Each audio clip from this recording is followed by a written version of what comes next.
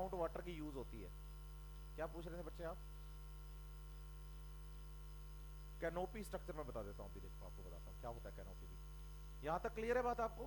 Canopy वो पेड़ बनते हैं ना बड़े बड़े, वो समझाता हूँ मैं कैनोपी क्या होता है। तो फोटोसिंथेसिस में कितने परसेंट यूज हो रहा है?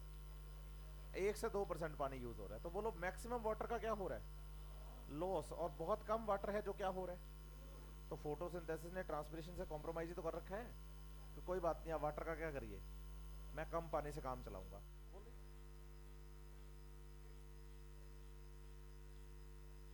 शुरू करें?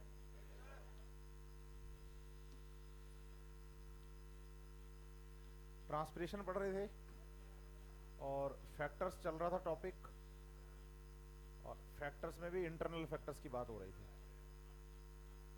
इंटरनल या प्लांट फैक्टर्स की बात चल रही थी।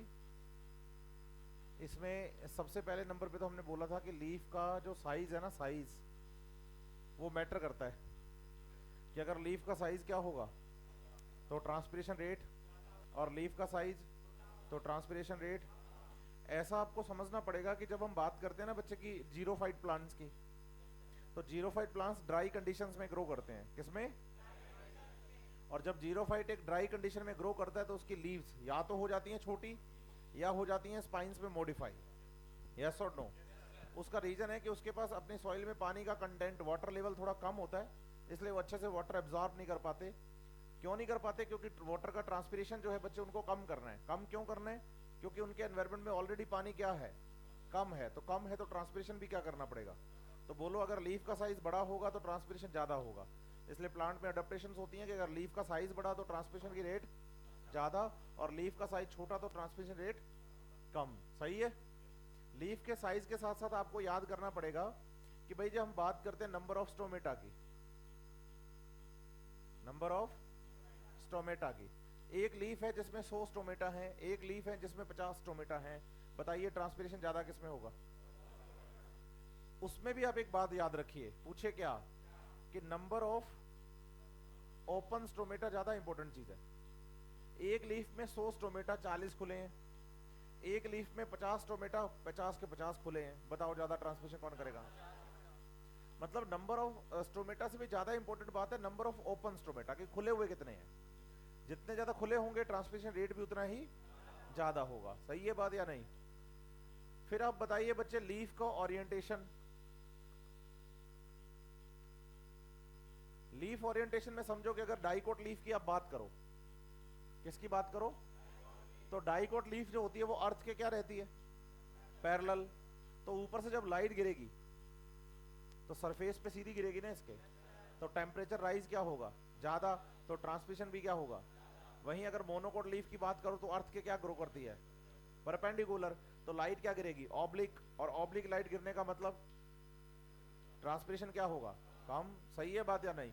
तो लीफ का जो ओरिएंटेशन है बच्चे उससे भी फर्क पड़ता है ट्रांसपिरेशन रेट पर। यस और नो? इसके अलावा बताओ water status of the plant. Water status of,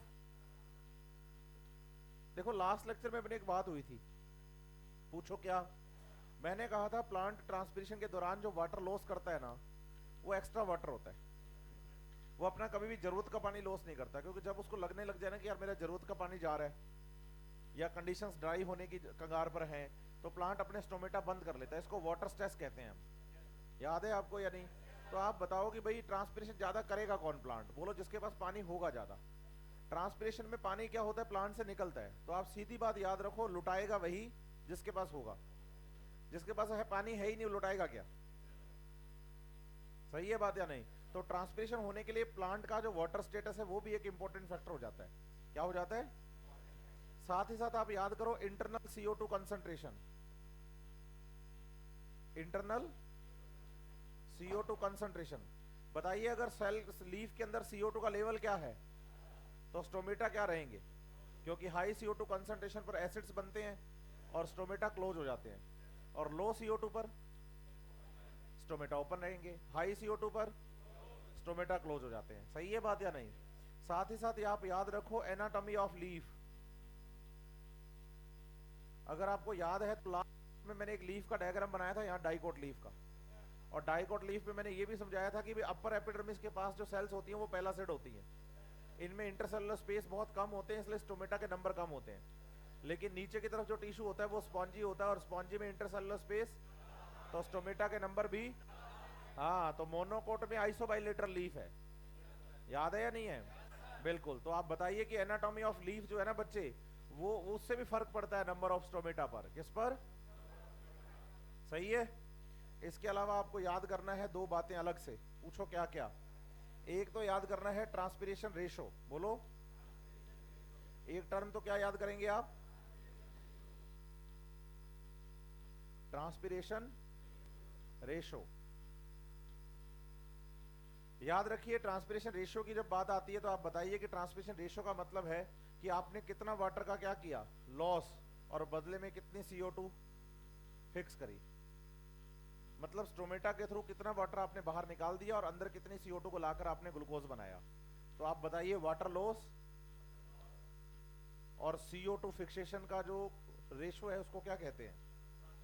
जैसे आप मानिए हमारे पास तीन तरह के प्लांट हमने फोटोसिंथेसिस में पढ़े थे, एक हम कहते हैं C3 प्लांट, एक हम कहते हैं C4 प्लांट्स, और एक हम कहते हैं C3 plants, sorry cam plants. C3 तो बता दिए मैंने, है ना? CAM plants. तो कितने तरह के प्लांट्स हैं? फर्स्ट कौन से, सेकेंड, थर्ड। अब आप बताइए कि भाई तीनों के तीनों प्लांट ना जो CO2 फिक्स कर रहे हैं, आप बताइए कि भाई C3 कितने CO2 फिक्स कर रहा है, C4 भी कितने CO2 फिक्स कर रहा है, और कैम भी कितने CO2 फिक्स कर रहा है? 50 CO2 फिक्स कर रहा है। सही है बात या नहीं? तीनों CO2 की अमाउंट तो एक जैसी फिक्स कर रहे हैं, लेकिन याद रखिए C3 प्लांट C4 की कंपेयर में ज्यादा वाटर लॉस करते हैं, C4 उससे आधा, और कैम तो बहुत ही कम। सही है बात या नहीं? तो सोचो 50 CO2 के लिए C3 प्लांट ने 500 वाटर लॉस किए, कितने? लेकिन बदले में अगर C4 की बात करो तो बोलो 250 वाटर ही लॉस करेगा, 250। लेकिन अगर कैम की बात आ जाए तो बोलो कैम तो दिन में स्टोमेटा खोलता ही नहीं है, ये तो बहुत ही कम वाटर लॉस करता है। तो मान लेते हैं 50 वाटर इसने क्या किए, लॉस। तो बताओ सबसे कम ट्रांसपिरेशन रेशियो किसका आएगा? कैम का। और सबसे ज्यादा? इसका मतलब जिस प्लांट का ट्रांसपिरेशन रेशियो ज्यादा होता है ना, वो CO2 को फिक्स करते टाइम वाटर लॉस ज्यादा करवाता है, वाटर लॉस ज्यादा करवाता है। और जिसका बच्चे ट्रांसपिरेशन रेशियो कम होता है ना, वो वाटर लॉस कम करता है, लेकिन CO2 उसकी कंपेयर में ज्यादा वो क्या कर रहा है, फिक्स। तो आप देखो सेम अमाउंट ऑफ CO2 को फिक्स करने में C3 जितना वाटर यूज करता है उससे लगभग आधा वाटर कंज्यूम करता है कौन, मतलब लॉस करता है कौन, C। और C4 से भी कम वाटर लॉस करते हैं कौन, कैम, क्योंकि CAM open their stomata during, open their stomata during. हाँ, एक तो ये याद रखो आप। एक याद करो कुछ केमिकल्स बच्चे जिनको हम एंटी ट्रांसपेरेंट्स कहते हैं। क्या कहते हैं? एंटी ट्रांसपेरेंट्स। ये आपको ना आपके सिर्फ स्टडी पैकेज में मिलेगा, एनसीईआरटी में मिलेगा, लेकिन इनडायरेक्टली। जैसे CO2 को उन्होंने एंटी ट्रांसपेरेंट्स की फॉर्म में बताया कि जो CO2 है भाई वो उसका लेवल अगर बढ़ जाए तो स्टोमेटा क्या हो जाते हैं, फोटोसिंथेसिस हायर प्लांट्स के अंदर हम जब फैक्टर पढ़ रहे थे ना, तो एनसीईआरटी लिखती है कि 0.04% टू 0.05% तो फोटोसिंथेसिस बढ़ता है, but beyond this level photosynthetic rate down हो जाती है क्योंकि स्टोमेटा बंद हो जाते हैं। सही है बात या नहीं? एक एनसीईआरटी लिख के दे रही है एंटी ट्रांसपेरेंट में हमें ABA, एब्सिसिक एसिड। जब आप प्लांट ग्रोथ एंड डेवलपमेंट पढ़ोगे तो पता चलेगा कि एब्सिसिक एसिड एक ऐसा ग्रोथ हार्मोन है जो स्टोमेटा क्या कर देता है। तो ये दोनों तो आपको 100% याद करने ही करने हैं। कौन कौन? समझ रहे हैं बात या नहीं? यस और नो? लेकिन इसके साथ साथ एक बात और याद करो, हमारे स्टडी पैकेज में केमिकल का नाम लिखा हुआ है PM में। क्या लिखा हुआ है? समझ रहे हैं मेरी बात या नहीं? यस और नो? तो इसको भी आप याद करिएगा। केमिकल है PM में मर्क्यूरिक एसिटेट, पॉलीमर्क्यूरिक एसिटेट है। तो आप इसमें दुखी मत होइएगा, ये केमिकल का नाम सिर्फ आपको अपने मॉड्यूल में आपके स्टडी पैकेज में मिलेगा, एनसीईआरटी में कहीं पर। ये बेसिकली क्या है कि ट्रांसमिशन रेट को कम करते हैं, कैसे? स्टोमेटा को बंद करवा के। सही है बात या नहीं? हालांकि वहां लो विस्कोसिटी वैक्स भी लिखी जाती है, लो विस्कोसिटी वैक्स भी लिखी जाती है जो ट्रांसमिशन को क्या करती हैं, कम। आप एक बात सोच के देखो, वो वैसलीन का ना एक ऐड आता था टीवी में, वो कहते थे 2 हरी पत्तियां हैं एक जैसी, एक के हमने दोनों तरफ क्या लगा दी, वैसलीन, और एक पे हमने वैसलीन नहीं लगाई। जिस पे हमने वैसलीन नहीं लगाई वो पत्ती जल्दी मुरझा गई, लेकिन जिस पे वैसलीन लगाई वो जल्दी मुरझाई। सिंपल कॉन्सेप्ट इसमें यह है कि जब आप इस पे वैसलीन लगाते हैं, बोलो लो विस्कोसिटी वैक्स, जब इसके ऊपर आपने लगाई तो इसके स्पोर्स स्टोमेटा क्या हो गए, तो वाटर लॉस। तो लीफ जो है वो हरी लंबे टाइम तक रह गई, जिस पे हमने वैक्स नहीं लगाई उसकी कंपेयर में। सही है बात या नहीं? और वो कहते हैं सेम ऐसा हमारी स्किन के साथ होता है, तो ये गलत बात है, क्योंकि हमारी स्किन और लीफ की एपिडर्मिस दोनों में दिन रात का अंतर है भाई। नहीं समझ रहे आप मेरी बात? लेकिन उन्होंने इस बात को इसके साथ जोड़ा, यहां तक बात ठीक थी, लेकिन उसके बाद जो लाइन बोलते हैं वो लोग कि ऐसा हमारी स्किन के साथ भी होता है, वो थोड़ा सा गड़बड़ है काम। समझ रहे मेरी बात या नहीं? क्योंकि हमारी स्किन में वाटर लॉस होना और प्लांट में ट्रांसपिरेशन होना दोनों अलग अलग चीजें हैं, क्योंकि हम वेपराइज नहीं होते, हमारी बॉडी से वाटर पानी जो है भाप बन के नहीं निकलता, ड्रॉपलेट्स की फॉर्म में बाहर आता है, जिसको हम पसीना कह रहे हैं। तो इसलिए आप इसको थोड़ा दुखी मत होइएगा, इसको मिक्स मत करिएगा। आप इतना याद रखिए, लो विस्कोसिटी वैक्स का मतलब है कि अगर मैं कोटेड कर दूं ना किसी लीफ को वैक्स से, तो उसमें से ट्रांसपिरेशन क्या हो जाएगा, तो इसे एंटी ट्रांसपिरेंट्स कहते हैं, जो भी ट्रांसपिरेशन को बंद करवाते हैं, चाहे वो हाई CO2 लेवल हो, चाहे एब्सिसिक एसिड हो, चाहे फिर PMA हो, चाहे वो लो विस्कोसिटी वैक्स हो। यस और नो? बेसिकली एक टर्म आपको याद करनी है, अगर एग्जामिनर अगर पूछेगा भी तो ऐसे पूछेगा कि भाई जो अपने पास एंटी ट्रांसपेरेंट्स होते हैं इनको ड्राई फार्मिंग में यूज किया जाता है। किसमें? अब बच्चे के दिमाग में आ जाता है टर्म ड्राई, तो उसको लगता है ऐसी फार्मिंग जो बिना पानी के करवाते हैं। ये तो फिर निहायती बेवकूफी हो गई ना भाई। फार्मिंग और बिना पानी के हो ही नहीं सकता। बोलो इरिगेशन जरूरी है, फार्मिंग और बिना पानी के पॉसिबल ही नहीं है। बोलो इरिगेशन तो हाँ। ड्राई फार्मिंग का मतलब है कम अमाउंट हो पानी की और फिर भी आप अच्छे से फार्मिंग करवाएं, कम अमाउंट हो और फिर भी आप अच्छे से फार्मिंग करवा लें। सही है बात या नहीं? इसको क्या कहते हैं आप? Dry farming. उसमें यूज होते हैं कौन? तो ये सब इंटरनल फैक्टर्स हैं बच्चे ट्रांसपिरेशन के लिए, जो कि लास्ट लेक्चर में आपको छोड़ के गया था यहीं पे टॉपिक। यहां तक को प्रॉब्लम है ना बेटा? हाँ हाँ, मतलब छोड़ के गया था मैं आपको, इसी हेडिंग पे छोड़ के गया था, फैक्टर्स, इंटरनल फैक्टर पे। आज मैं उनको आगे कंप्लीट करवा रहा हूँ आपको, यही बोल रहा हूँ मैं। तो कंप्लीट नहीं हुए थे लास्ट लेक्चर में, पहला फैक्टर हुआ था बस लीफ का साइज, और उससे आगे की आज मैंने बता दिए आपको। इनको आप पढ़िएगा, और मैंने पहले भी क्लियर किया कि ये बातें एनसीईआरटी में, लेकिन फिर भी रीड करनी है, क्योंकि एप्लीकेशन बेस्ड क्वेश्चन तो आ ही सकता है ना अप्लाइड बॉटनी से, कोई ना कोई, कि एक एंटी ट्रांसपेरेंट का नाम देते उन्होंने ये पूछ लिया कि बताओ कौन सा प्रोसेस कम होगा, तो आपको पता होना चाहिए ना कि वो ट्रांसपिरेशन है, नहीं क्या? और आपको ये बात याद रखनी है कि प्लांट में ट्रांसपिरेशन होना बहुत जरूरी है। ट्रांसपिरेशन होना, तो बताइए ट्रांसपिरेशन एंड फोटोसिंथेसिस, एनसीईआरटी लिखती है ए कॉम्प्रोमाइज। सही है बात या नहीं? बताइए ट्रांसपिरेशन में वाटर का लॉस होता है और फोटोसिंथेसिस में वाटर का यूज, लेकिन फिर भी प्लांट करवाता है। फिर भी लास्ट लेक्चर में याद करिए, मैं एक बात बोल के गया था परसों आपको, अगर आपको पता हो पूछो। क्या मैंने कहा था आपसे? ये बात साफ साफ बच्चे, साफ शब्दों में, कि याद रखिए प्लांट हमेशा वाटर लॉस कम करने के लिए अडॉप्टेशंस अपनाता है, कभी भी वाटर लॉस बंद करने के लिए नहीं। वो कभी नहीं चाहता कि मेरा वाटर लॉस हो ना, वो चाहता है कि वाटर लॉस तो हो लेकिन जरूरत से कभी ज्यादा ना हो। इसलिए प्लांट्स ने हमेशा अडॉप्टेशन ट्रांसपिरेशन को कम करने के लिए डेवलप करी है, ट्रांसपिरेशन को बंद करने के लिए नहीं। आप बताइए बच्चे की transpiration is an essential evil. Evil मतलब बुराई है, लेकिन ऐसी बुराई है जो जरूरी है। एक चीज या बोलिए ट्रांसपिरेशन अनअवॉइडेबल इविल, बुरा है लेकिन अवॉइड नहीं कर सकते। ये स्टेटमेंट्स दो अलग अलग साइंटिस्ट ने दिए, जो पहले बोली वो कर्टिस ने, बाद वाली स्टीवर्ट ने। लेकिन आपको इनके नाम याद करने की जरूरत नहीं है, बस आपको ये याद रखिए कि transpiration is an essential evil. Evil इसलिए क्योंकि जितना पानी एब्जॉर्ब करते हो वो मतलब लॉस कर देते हो आप। समझ रहे हैं बात या नहीं? आप सोचो एक प्लांट है, कौन है? प्लांट ने यहां से वाटर एब्जॉर्ब किया, बोलो 100%, कितने परसेंट? लॉस कर दिया, बोलो 90 to 99%।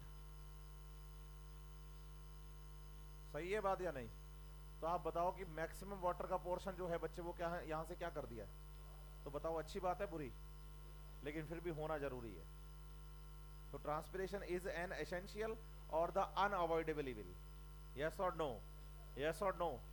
तो प्रॉब्लम? अब एनसीईआरटी लिख रही है कि ट्रांसपिरेशन फोटोसिंथेसिस कॉम्प्रोमाइज है। ट्रांसपिरेशन कह रहा है कि मैं वाटर का क्या करूंगा, लॉस, यस और नो। ट्रांसपिरेशन क्या कह रहा है कि मैं क्या करूंगा, वाटर का लॉस। फोटोसिंथेसिस कह रहा है मैं वाटर का यूज करूंगा। और मजे की बात यह है कि फोटोसिंथेसिस में वाटर यूज कितना आया, 1 to 10%, यस और नो।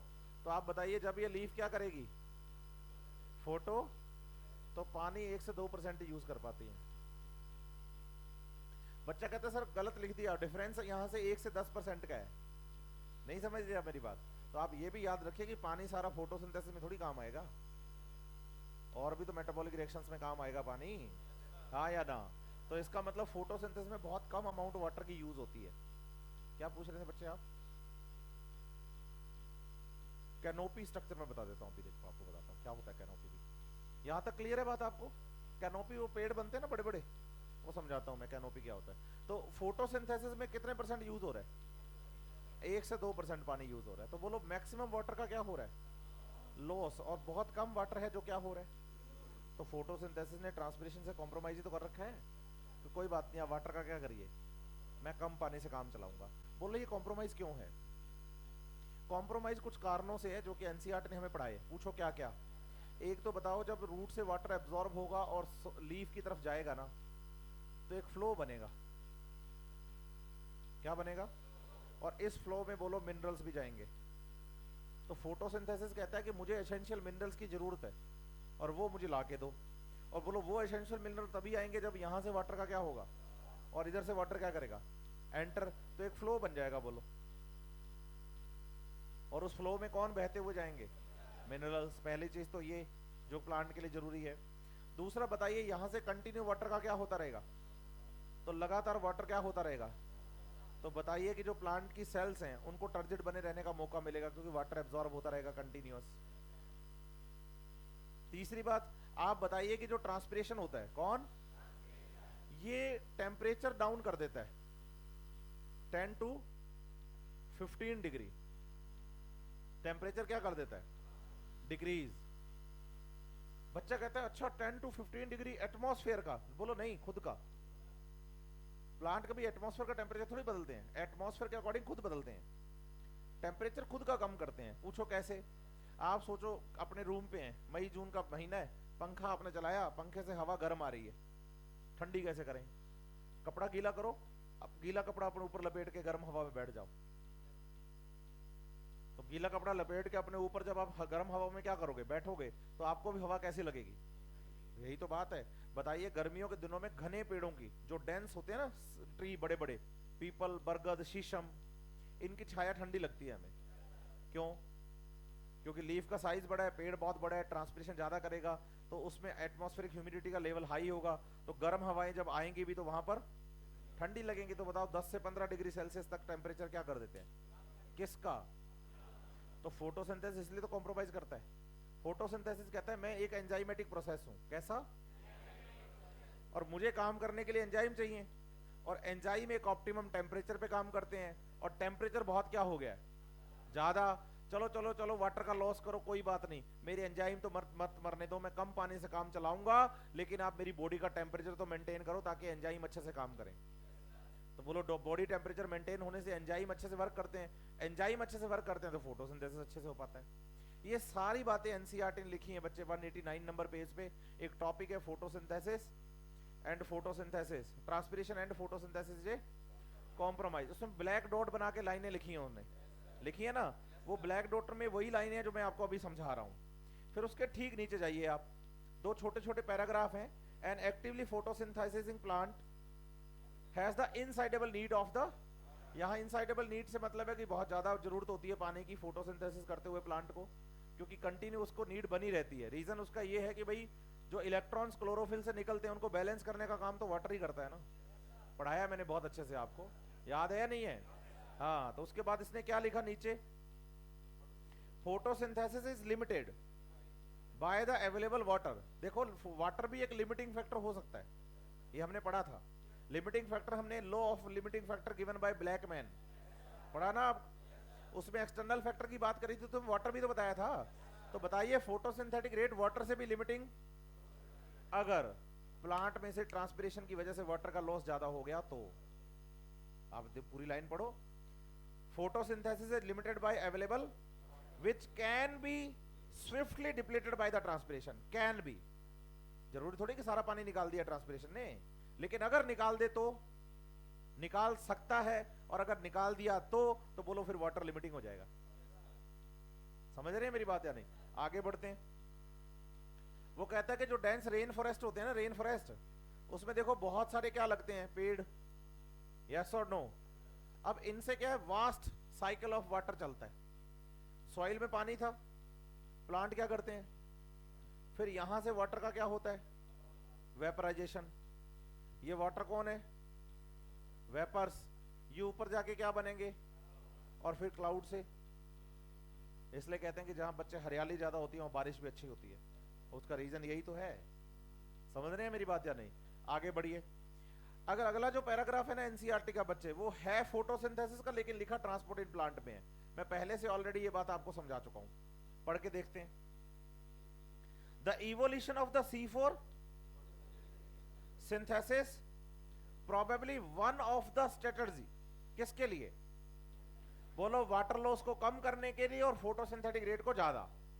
कि जो अवेलेबल CO2 है ना एटमॉस्फेयर में 360 माइक्रोन पर लीटर, 0.036%, उस CO2 पर मैक्सिमम फोटोसिंथेसिस करना और मिनिमम वाटर लॉस, ये C4 की स्पेशलिटी है। और नेक्स्ट लाइन में देखो एनसीईआरटी क्या लिख रही है कि जो C4 प्लांट्स होते हैं वो C3 की कंपेयर में लगभग अप्रोक्सीमेटली हाफ वाटर लॉस करते हैं for the same amount of CO2 to fix. CO2 की सेम अमाउंट को फिक्स करने में, आप देखो मैंने 50-50 CO2 का एग्जांपल लिया है, और एनसीईआरटी कह रही है कि सेम अमाउंट ऑफ CO2 को फिक्स करने में C4 C3 की कंपेयर में लगभग हाफ वाटर ही यूज करता है। समझ रहे हैं बात या नहीं? यस और नो? अच्छे से। तो बताइए कि ट्रांसपिरेशन एक एसेंशियल इविल है। क्यों है उसका रीजन मैं आपको क्लियर कर चुका हूं, हाँ या ना? यहां तक कोई प्रॉब्लम है? बढ़ूं आगे एनसीईआरटी से, एग्जाम में कोई क्वेश्चन आएगा तो सॉल्व हो जाएगा, +4 कर देंगे। मैक्स जो मेन डाउट रहता है बच्चे का एग्जाम में, वो मतलब काउंटर पे आएगा, वो यही आएगा कि sir plant 10 to 15 degree atmosphere को कैसे कम करते हैं। बोलो 10 to 15 डिग्री प्लांट का टेम्परेचर कम कर रहे हैं वो। एटमॉस्फेयर की जो गर्मी है वो तो रहेगी रहेगी, उसकी वजह से ट्रांसमिशन रेट ज्यादा होती है। समझ रहे हैं बात या नहीं? अच्छा, एक कैनोपी की बात आई है, कैनोपी मैं आपको क्लियर कर दूं। अमन तिवारी ने अभी पूछा है कि सर व्हाट इज कैनोपी। देखो एक बात बताओ, आपने पेड़ पौधे देखे हैं ना, जैसे मान लो एक पेड़ है, ये बड़ा सारा ट्री है ना ये, और एक ये है। दोनों में से पहले बताओ कैनोपी है कौन सा, ए या बी? कैनोपी दोनों में दिखती है बच्चे, आप याद रखिए। कैनोपी का मतलब बेसिकली होता क्या है, पहले इसको समझ लो।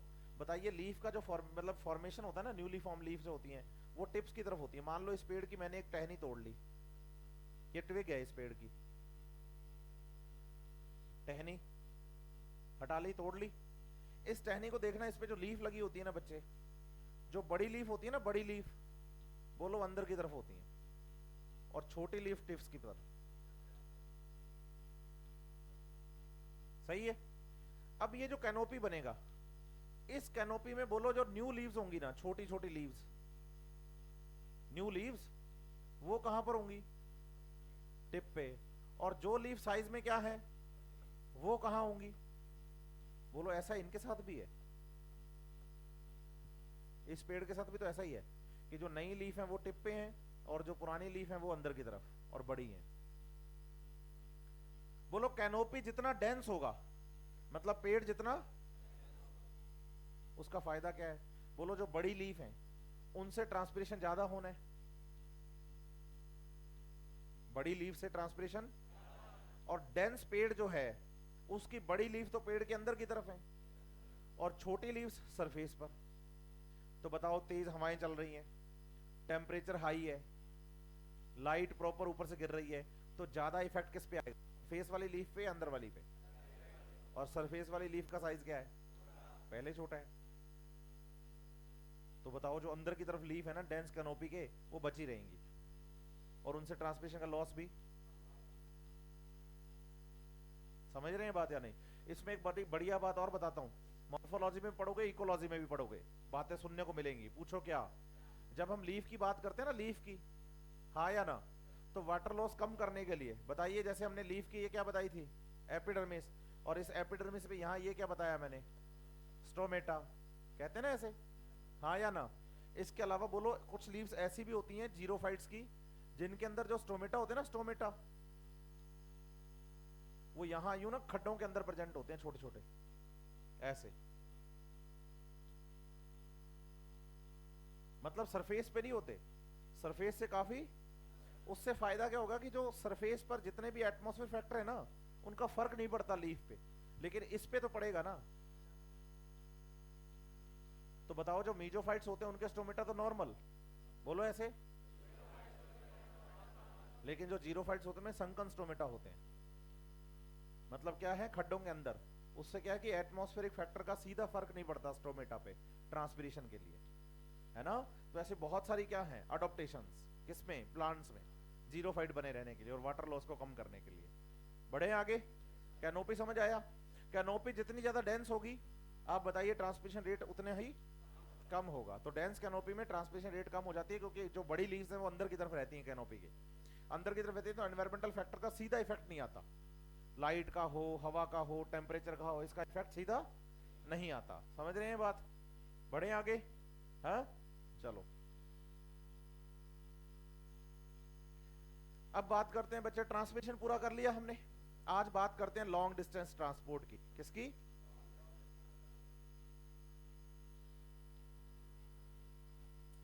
Long distance transport. बताइए, लॉन्ग डिस्टेंस ट्रांसपोर्ट पढ़ते टाइम एक टर्म है जो हमारे दिमाग में बिल्कुल चिपक जानी चाहिए। उस टर्म का नाम क्या है? क्या नाम है? या फिर बोल दो बच्चे, बल्क फ्लो। बोलो, मास फ्लो या फिर बल्क फ्लो। ये हमारे दिमाग में चिपकी होनी चाहिए बिल्कुल ऐसे बढ़िया से। लॉन्ग डिस्टेंस ट्रांसपोर्ट पढ़ते टाइम, क्या पढ़ते टाइम? तो बताइए, in plants long distance transport achieve by, occurs by, done by. तो सबसे पहले तो हमें यह पता होना चाहिए कि मास फ्लो या बल्क फ्लो कहते किसको है। अगर वो समझ में आएगा तो मास फ्लो समझ में आएगा। यस और नो? कितने बच्चों ने स्ट्रॉ से जूस पिया है? अच्छा, सब नहीं पिया है? आज ही पिया है? नहीं, आज नहीं पिया है, कोई बात नहीं, कभी ना कभी स्ट्रॉ से जूस, पानी कुछ ना कुछ पिया तो है ही। चलो, स्ट्रॉ का एग्जांपल लेते हैं अपने मास फ्लो को बताने के लिए आपको, ठीक है? बताइए, दो एंड है हमारे पास स्ट्रॉ के, एक एंड है ए, एक एंड है, सही है? इसको क्या करो, इसका बी एंड तो जूस में या पानी में डुबो दो, और ए एंड से खींचो, पानी पीने के लिए, जूस पीने के लिए सक करो, ऐसे करते ना ये। तो बोलो, यहां से सक्शन लगेगा, यहां से। तो बताइए, जितना यहां से क्या लगाएंगे, सही है, उतना ही लिक्विड इधर से एंटर करेगा। क्लियर है बात या नहीं? बोलो, जब आप पानी की बात कर लो या लिक्विड की बात कर लो, तो इधर से लिक्विड का क्या हो रहा है? सही है बात या नहीं? तो इधर से लिक्विड क्या हो रहा है?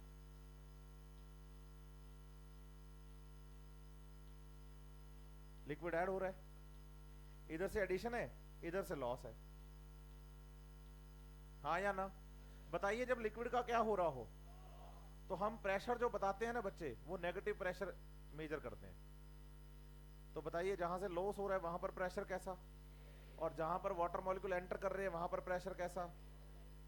कैसा? Positive pressure. समझ रहे हैं बात या नहीं? तो आप बताइए, इस स्ट्रो के ए एंड पर कौन सा प्रेशर है और बी एंड पर? फ्लो कहां से कहां है? बी टू, तो बोलो high pressure to low pressure, हो गया मास फ्लो। हाँ, बोलो, व्हेन ए प्रेशर ग्रेडियंट और the pressure difference between two points, between क्या हो? प्रेशर ग्रेडियंट या pressure difference, then the all molecules transport from high pressure to low pressure. सारे molecule एक साथ कहां जाएंगे? High pressure to in same direction at same pace. Pace का मतलब यहां स्पीड है। बोलो सारे मॉलिक्यूल एक ही स्पीड में बहेंगे और सारे के सारे एक ही डायरेक्शन में जाएंगे। बोलो ये डिफ्यूजन से बिल्कुल अलग है। बोलो ऐसे। पूछो क्यों? क्योंकि डिफ्यूजन में तो ये हो जाता है कि भाई more than one type of molecules can diffuse simultaneously but independent from each other in many directions. वो डिपेंड करता है कि उनका ग्रेडियंट कहां ज्यादा कहां कम। बोलो यहां कंसंट्रेशन ग्रेडियंट से कोई मतलब ही नहीं है हमें। यहां किससे मतलब है? प्रेशर ग्रेडियंट से। और प्रेशर ग्रेडियंट से सारे मॉलिक्यूल किस तरफ बहेंगे? सेम डायरेक्शन में। बोलो बहती हुई नदी, बहती हुई, बहती हुई फुल स्पीड में पानी मेरे लेफ्ट साइड से किस तरफ जा रहा है? अमन का बैग उठाओ और फेंक दो पानी में। बताओ किधर ढूंढोगे? मेरे राइट साइड में या लेफ्ट साइड में? क्यों? फ्लो इधर है। तो बोलो मास फ्लो कुछ और नहीं, बहती हुई नदी है। बोलो मास फ्लो कुछ और इसमें मॉलिक्यूल अपने high pressure to low pressure बहते हैं। इसे मास फ्लो कहते हैं। क्या कहते हैं? क्या कहते हैं? कोई प्रॉब्लम? पक्का? अच्छे से। इसमें कंसंट्रेशन ग्रेडियंट का कोई इफेक्ट? तो मेन जो इफेक्ट है वो किसका है? प्रेशर ग्रेडियंट का। किसका? और मॉलिक्यूल्स अपनी high pressure to low pressure move करेंगे। जैसे आपको एग्जांपल देता हूं, आपने एक गिलास जूस बनाया, नींबू पानी बनाया, शरबत बनाया। उस एक गिलास के अंदर आपने एक चम्मच चीनी घोल ली, 1 टीस्पून शुगर आपने डिसॉल्व कर लिया गिलास के अंदर। सही है? फिर आप स्ट्रॉ से उस जूस को पिएंगे। स्ट्रॉ से जूस को, तो आपने क्या किया? जूस पीने से पहले 2 चम्मच चीनी अपनी बक्कल कैविटी में जीभ पे रख लो। आप कितने रख ली? चीनी कहां है और गिलास में कितना है? अब स्ट्रॉ से जूस खींचो। बताओ सिर्फ पानी आएगा या पूरा सॉल्यूशन? पूरा सॉल्यूशन आएगा ना। वैसे शुगर को आना नहीं चाहिए अकॉर्डिंग टू ग्रेडियंट, तो क्योंकि पानी में कम है और बक्कल कैविटी में, लेकिन फिर भी पानी के साथ शुगर आ रही है। पूछो क्यों? क्योंकि मास फ्लो में कंसंट्रेशन ग्रेडियंट का फर्क है, पड़ता ही नहीं है। किसका फर्क पड़ता है? तो बोलो all the molecules in same direction at same pace bulk में जाते हैं, एक साथ जाते हैं, इसलिए इसको मास या बल्क फ्लो कहते हैं। कितने लोगों के ऊपर से गई ये बात? तो बताइए, long distance transport in the plant body achieve by mass flow और बल्क फ्लो। सही है? आप ऐसे समझो कि भाई हमारे पास ना एक प्लांट है, ये हमारे पास एक, ये इसका रूट सिस्टम है बेटा, और ये इसका शूट सिस्टम है। सही है? और शूट सिस्टम में लीव्स प्रेजेंट है नहीं? तो आप बताओगे भाई वाटर जो है ना, वाटर वो यहां से रूट सिस्टम से एब्जॉर्ब होता है और शूट सिस्टम पे वाटर का लॉस होता है। तो बेसिकली अभी हमारा जो टॉपिक है, सबसे पहला ये होगा कि पानी एब्जॉर्ब कैसे होता है, फिर दूसरा टॉपिक होगा कि वाटर ट्रांसपोर्ट कैसे होता है, लॉस कैसे होता है, तो बता चुका हूं मैं ट्रांसमिशन के थ्रू। तो बताइए अब 2 चीजें बची हैं, एक तो ये कि वाटर को क्या करना है रूट में, और दूसरा पानी को ऊपर लेकर जाना है। यस और नो? अभी हम क्या करते हैं, ये जो रूट है ना, रूट, हाँ या ना, इसका टीएस देखते हैं। इस रूट का क्या देखेंगे? क्या देखेंगे? बोलो रूट के टीएस में सबसे बाहर वाली जो लेयर दिखेगी ना हमें, सेल्स की। यस और नो? इसे बोलो एपिडर्मिस कहेंगे। बोलो रूट की एपिडर्मिस को एपिब्लेमा भी कहते हैं। ये क्या है? एपिडर्मिस, या आप इसको एपिब्लेमा भी कह सकते हो। कंफ्यूज होने की जरूरत नहीं है, बहुत बढ़िया से सारी चीजें कवर कर दूंगा मैं आपकी। रूट की इंटरनल स्ट्रक्चर चाहे डाइकोट हो चाहे मोनोकोट, आपको बच्चे anatomy of flowering plant chapter number 6 में डिटेल करनी है। लेकिन यहां भी मैं बातें बता के जा रहा हूं, लेकिन वो बातें जो मेरे काम की है, मतलब ट्रांसपोर्ट इन प्लांट चैप्टर को समझने में हेल्प करती हैं। ठीक है? बताइए इसके ठीक अंदर की तरफ, एपिडर्मिस के ठीक अंदर की तरफ एक लेयर होती है, बोलो कॉर्टेक्स, मतलब मल्टीपल लेयर्स होती हैं, बोलो कॉर्टेक्स। इसको ना मैं रियल कॉर्टेक्स लिख रहा हूं, ठीक है? ऐसा क्यों लिख रहा हूं मैं आपको अभी क्लियर कर दूंगा थोड़ी देर में, ठीक है? और बताइए cortex of the root is form by parenchyma, ठीक है? इसके अंदर की तरफ एक लेयर मिलती है, बोलो एंडोडर्मिस। क्या मिलेगी? एंडोडर्मिस के अंदर की तरफ एक लेयर होती है, बोलो पेरिसाइकल।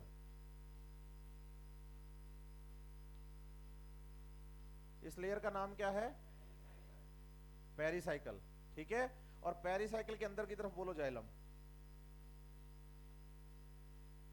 यहां दो तरह का जाइलम याद कर लेना, प्रोटोजाइलम और मेटाजाइलम। बोलो न्यूली फॉर्म जाइलम जो होता है ना, अभी अभी जो बना है वो तो प्रोटो हो गया, और जो मैच्योर होता है ना उसको क्या कहते हैं? मेटाजाइलम। तो प्रोटोजाइलम है और मेटाजाइलम, सही है? यस और नो? और ये जो बीच वाला रीजन दिख रहा है, ये वाला, इसे क्या कहेंगे? क्या कहेंगे? कॉर्टेक्स की सेल्स पैरेन्काइमा होती हैं। बोलो पैरेन्काइमा टिश्यू में सेल्स स्फेरिकल और लूजली पैक्ड का मतलब है लार्ज इंटरसेलुलर स्पेसेस का प्रेजेंट होना। क्या प्रेजेंट होना? लार्ज इंटरसेलुलर स्पेसेस का प्रेजेंट होना। सही है बात या नहीं? यस और नो? तो सबसे बाहर वाली लेयर एपिडर्मिस के अंदर की तरफ, कॉर्टेक्स के अंदर की तरफ। यहां रियल कॉर्टेक्स क्यों लिखा मैं इस पे आप ध्यान दीजिए मेरी बात पे। जब आप एनाटॉमी में क्या पढ़ेंगे तो आपको पता चलेगा कॉर्टेक्स के 3 पार्ट होते हैं। पूछो क्या क्या? बोलो एक होता है हाइपोडर्मिस, एक होता है कॉर्टेक्स, और एक होता है बच्चे एंडोडर्मिस। एक क्या होगा? Hypodermis, cortex, endodermis. क्या क्या होंगे? याद रहे, hypodermis is the outer most layer of the cortex and endodermis inner most. सही है? जैसे मैं बच्चे को पढ़ाता हूं, बच्चा कहता है सर आपने ये कॉर्टेक्स तो दिखा दिया, इस वाले को मैंने रियल कॉर्टेक्स लिखा, वास्तव में कॉर्टेक्स ये बीच वाला ही है। क्या एंडोडर्मिस भी कॉर्टेक्स का पार्ट है? बोलो हाँ, लेकिन वो रियल कॉर्टिकल सेल से थोड़ी अलग है। पूछो कैसे? हाँ उसी पे आ रहे हैं अपने। आप बताइए कॉर्टेक्स के कितने पार्ट?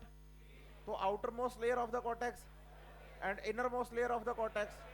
बच्चा कहता है सर आप भूल गए, रूट में आपने हाइपोडर्मिस बनाई नहीं। बोलो रूट में हाइपोडर्मिस होती नहीं।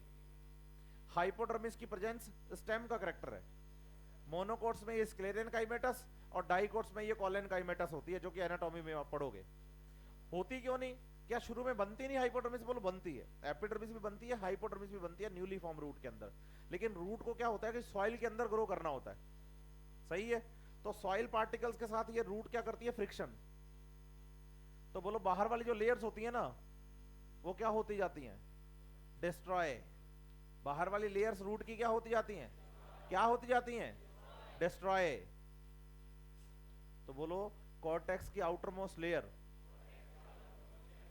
एपिडर्मिस का वर्क करती है, और उसी को हम एपिब्लेमा कहते हैं। तो इसलिए आप एपिडर्मिस भी बोल सकते हो और एपिब्लेमा भी, मतलब एक ही निकलेगा। समझ रहे हैं बात या नहीं? और उसके अंदर की तरफ कौन है? कॉर्टेक्स के अंदर की तरफ एंडोडर्मिस भी कॉर्टेक्स का पार्ट है। बोलो ऐसे। लेकिन फिर भी इसको अलग से बता रहे हैं। पूछो क्यों?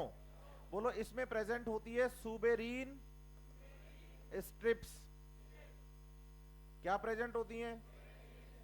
और याद रखिए सुबेरीन एक ऐसा केमिकल है, सुबेरीन एक ऐसा बायोमॉलिक्यूल है जिन सेल्स में ये प्रेजेंट होगा ना, जिनकी सेल वॉल में, सेल वॉल की परमेबिलिटी रिड्यूस कर देगा। बोलो जिनमें ये प्रेजेंट होगा ना उनकी परमेबिलिटी को क्या कर देगा? क्या कर देगा? कौन? हाँ, तो सुबेरीन प्रेजेंट है यहां पर, किसमें? एंडोडर्मिस में। समझ रहे हैं बात या नहीं? यस और नो? और सुबेरीन प्रेजेंट होने से बोलो परमेबिलिटी पर फर्क पड़ता है। बोलो ऐसे। क्योंकि परमेबिलिटी बढ़ जाती है, कम हो जाती है? क्या हो जाती है? क्या हो जाती है? हाँ, क्लियर है बात या नहीं? तो बताएगी भाई सबसे बाहर कौन है? सबसे बाहर है बोलो सॉइल। सही है? सॉइल में कौन है?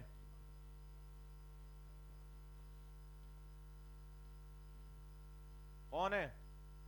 तो water first of all absorb by epidermis. Epidermis soil से वाटर को क्या करती है? क्या करती है? लेकिन एक बात सोचो, आप पूछो क्या, अगर एपिडर्मिस वाटर को एब्जॉर्ब कर रही है सॉइल से, तो ये सिर्फ वही वाटर एब्जॉर्ब करेगी जो इसकी सरफेस के आसपास होगा। जो पानी एपिडर्मिस के पास होगा उसको तो एब्जॉर्ब कर लेगी एपिडर्मिस, लेकिन जो दूर होगा उसको एब्जॉर्ब नहीं कर पाएगी। हाँ या ना? तो बताइए, इसीलिए रूट की एपिडर्मिस अपने एब्जॉर्प्शन सरफेस को इंक्रीज करने के लिए कुछ आउटग्रोथ का फॉर्मेशन करती है। किसका फॉर्मेशन करती हैं? बोलो, ये जो एपिडर्मिस पर आउटग्रोथ बनती है ना, हेयर लाइक यूं, इसको बोलो रूट हेयर कहते हैं। बोलो, रूट हेयर कुछ और नहीं, एपिडर्मिस का ही एक्सटेंशन है। क्या बोलोगे? इसीलिए जब एनाटॉमी पढ़ाई जाती है, बोलो ऐसे, तो रूट हेयर को यूनिसेल्यूलर बताया जाता है। कैसा बताया जाता है? किसको? कैसा बताया जाता है? किसको? रूट हेयर को। कैसा बताएंगे? क्योंकि रूट हेयर कुछ और नहीं, एपिडर्मिस का ही एक्सटेंशन है। बोलो ऐसे, एपिडर्मिस का ही कौन? समझ रहे हैं बात या नहीं? यस और नो? तो आप बताइए कि वाटर जो है ना सॉइल से एब्जॉर्ब करने के लिए रूट हेयर क्या करता है? इंक्रीज करता है एब्जॉर्प्शन एरिया। बोलो, इंक्रीज एब्जॉर्प्शन या एब्जॉर्प्शन सरफेस। क्लियर है? तो बताइए कि जो सॉइल में वाटर है वो किस में एंटर करेगा? तो एपिडर्मिस बोलो, रूट हेयर बोलो, बात एक ही है। बोथ आर यस और नो? क्योंकि एपिडर्मल सेल का ही एक्सटेंशन कौन है? एपिडर्मल सेल का ही एक्सटेंशन कौन है? तो दोनों सेम ही बात है। हाँ या ना? तो रूट हेयर से वाटर कहां आएगा? कॉर्टेक्स, और कॉर्टेक्स से रूट हेयर में आ गया, मतलब एपिडर्मिस में आ गया, एक ही बात है। फिर उसके बाद कॉर्टेक्स के बाद एंडोडर्मिस के बाद पेरिसाइकिल के बाद प्रोटोजाइलम के बाद, और बताइए मेटाजाइलम से ये पानी जाएगा aerial parts of plants, plants के एरियल पार्ट्स में। सही है बात या नहीं? यस और नो? तो आप बताइए, कंटिन्यू जो वाटर एब्जॉर्ब हुआ पहले रूट हेयर से या एपिडर्मिस से, एक ही बात है। जो सरफेस वाला पानी वो एपिडर्मिस एब्जॉर्ब कर लिया और साथ में रूट हेयर प्रेजेंट है। हाँ या ना? अच्छे से? हाँ बेटा, क्या कह रहे हैं आप?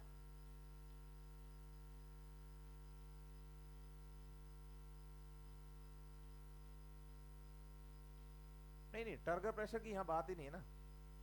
ये तो मैंने स्ट्रो का एग्जांपल लिया। स्ट्रो में कौन सा टर्गर प्रेशर? आप बताइए, मास फ्लो को दो तरीके से अचीव किया जा सकता है, जो मैं आगे चल के आपको बताऊंगा अभी बहुत बढ़िया से। एक तो पुलिंग से, एक पुशिंग से। आप एक स्ट्रो में से पानी खींच सकते हैं और आप एक स्ट्रो में पानी पुश भी कर सकते हैं। बताइए, स्ट्रो से जूस पीना मास फ्लो को पुलिंग से, सक्शन से अचीव करना हुआ। और आपने कभी अपने घर पे गार्डन में पौधों को पानी दिया है? तो टैंक से पानी उठाती है मोटर और पानी आता है पाइप में, और आप सामने अंगूठा लगा के आधा तो प्रेशर उसका डेवलप कर देते हो। तो आप बताओ कि बच्चे, पाइप में पानी पीछे से आ रहा है पुशिंग से, मोटर से। मोटर से पानी कैसे आ रहा है? तो बोलो गार्डन होज। बोलो ऐसे, पॉजिटिव प्रेशर का एग्जांपल है। और स्ट्रो से जूस पीना नेगेटिव। और यहां टर्गर प्रेशर का कोई सीन नहीं है अभी। टर्गर प्रेशर सेल्स के लिए होता है, और मैं अभी कोई सेल की बात, बढ़े आगे, है ना? अभी तो मैंने सीधा बोला कि स्ट्रो से मास फ्लो हो रहा है। नदी बह रही है, नदी सेल है क्या? स्ट्रो से जूस पी रहे हैं, सेल है क्या? गार्डन होज से पानी दे रहे हैं बच्चे पौधों को, किया, ये क्या है? मास फ्लो है, सेल तो नहीं है ना।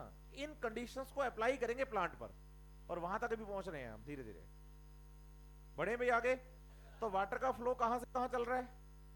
एपिडर्मिस टू मेटाजाइलम, और मेटाजाइलम से। अब आप बताइए कि रूट हेयर से या एपिडर्मिस से वाटर जब मेटाजाइलम तक आता है, बोलो ऐसे, तो दो पाथ फॉलो करता है। एक होता है एपोप्लास्ट और एक होता है सिम्प्लास्ट। कितने पाथ फॉलो करता है? एक का नाम, दूसरे का नाम। उसके बाद फिर जाइलम से पानी ऊपर चढ़ता है। तो बोलो पहले सर पानी ऐसा करते हैं जाइलम तक ले आते हैं, फिर ऊपर लेके चलेंगे। शुरू करें? इसमें कुछ पूछना है? मास फ्लो पता चला? हाँ बेटा, ये न्यूली फॉर्म रूट में स्टार्टिंग में अगर होगा भी तो होगा एपिडर्मिस हाइपोडर्मिस सब खत्म, क्योंकि रूट जब ग्रो करेगी मैच्योर होगी। क्योंकि रूट हेयर का प्रेजेंस होना बच्चे मेरिस्टेम का कैरेक्टरिस्टिक फीचर नहीं है, ये एलोंगेशन और मैच्योरेशन रीजन का है। समझ रहे हैं मेरी बातें? तो मैच्योर रूट में क्या होगा, जब ग्रो करेगी सॉइल के अंदर तो बाहर वाली सरफेस सॉइल सरफेस फ्रिक्शन, तो फ्रिक्शन से आउटर मोस्ट लेयर जो है वो डिस्ट्रॉय हो जाएगी। इसलिए हम कह रहे हैं कि यहाँ एपिडर्मिस हाइपोडर्मिस नहीं याद करनी, आप याद रखो कॉर्टेक्स की सबसे बाहर वाली लेयर ही एपिडर्मिस का काम कर रही है, और उसी को हम नाम क्या दे रहे हैं? एपिब्लेमा। कंफ्यूज होने की जरूरत ही नहीं है बिल्कुल। और बताइए किसमें? इसमें? अरे नहीं नहीं, इसमें कौन सी एनर्जी? हाँ इसमें कोई एनर्जी नहीं। अरे वो वेट करना उसके लिए, तो अभी प्लांट में तो पहुंचा ही नहीं ना मैं। अभी क्या बात आ गई समझ में, तो मैं सही बताता हूँ मैं हुआ क्या है आपके साथ। हाँ हाँ सच बात है। बेसिकली क्या हुआ कि मास फ्लो पता चल गया। अब आपको लग रहा है कि गुरुजी से पहले ही ना अपने क्या करते हैं, मास फ्लो को प्लांट पे अप्लाई करके खुद ही साइंटिस्ट हो लेते हैं। नहीं समझ रहे आप मेरी बात? मैं कह रहा हूं अभी सिर्फ फोकस किस पे रखो? मास फ्लो पे। मास फ्लो से वाटर का प्लांट में ट्रांसपोर्ट कैसे हो रहा तो मैं समझाऊंगा ना। अभी नहीं समझ रहे आप मेरी बात? वहां तक तो हमें अभी पहुंचे ही नहीं, लेकिन आपने पहले ही क्या कर दिया, ताना बाना बुनना शुरू कर दिया कि अच्छा ऐसा है, क्योंकि अभी तक तो मास फ्लो ही नहीं पता था। अब तो मास फ्लो पता है, चलो अब अप्लाई करते हैं। तो अप्लाई करने का टाइम दीजिए थोड़ा सा मुझे आप, एक एक चीज बढ़िया से। मैंने कहा ना मैं हमेशा जब पढ़ाता हूं ना क्लास के अंदर तो लेयर्स खोलता हूं हर टॉपिक की। मैं कभी ऐसा नहीं होता कि बल्क में एक साथ ही सारी बातें बच्चों को थोप देता हूं, कभी नहीं करता, आपने नोटिस किया होगा क्लास में। मैं हमेशा क्या करता हूं, लेयर बाई लेयर एक एक लेयर खोलता जाता हूं। ऐसा क्यों, ऐसा क्यों, ऐसा क्यों। अब बीच में कोई ऐसी लेयर आ जाए कि मुझे अभी नहीं बतानी, तो मैं कहता हूं इसको अभी छोड़ो, बाद में करेंगे इसके बारे में बात, है ना। तो हर बात ऐसे आराम से धीरे धीरे, मुझे टाइम दीजिए, हर बात करेंगे अपने, ठीक है। अब मैं ये कह रहा हूं अभी जो बोर्ड पे मैंने लिखा इसमें कोई प्रॉब्लम है तो बताओ, क्योंकि ये समझ में आ गया तो अगला टॉपिक समझ में आ जाएगा, और अगला टॉपिक समझ में आ गया तो उससे अगला टॉपिक समझ में आ जाएगा, एक सीरीज बन जाएगी। तो बताइए वाटर एपिडर्मिस से, कॉर्टेक्स से, फिर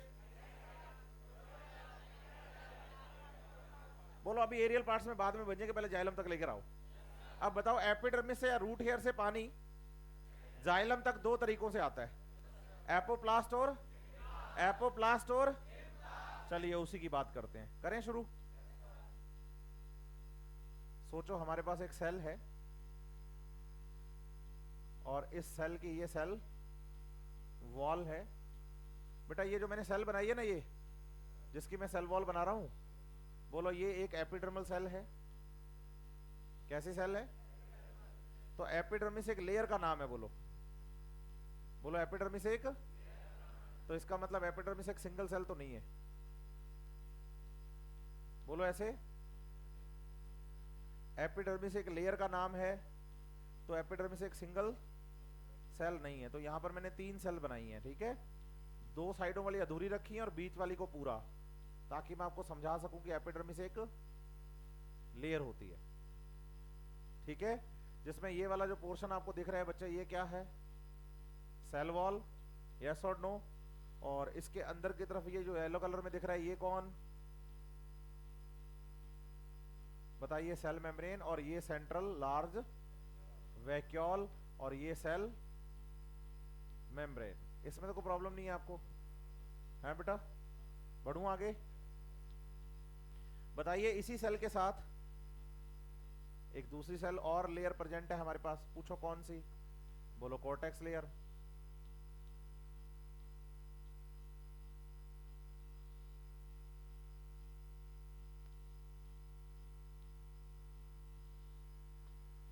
इसके साथ एक और बोलो लेयर, बोलो एंडोडर्मिस, है ना। और इसी के साथ बोलो एक और लेयर, पूछो कौन? बोलो पेरिसाइकल, सही है। और पेरिसाइकल से आगे बोलो जाइलम आ गया, ठीक है। तो ये लास्ट में जो बता रहा हूं मैं, ये जो मैंने बनाया, बोलो ये क्या है? जाइलम। इसको जाइलम लिख देता हूं मैं, मुझे नहीं लगता कि इसमें कोई प्रॉब्लम होगी आपको कोई, पक्का ना?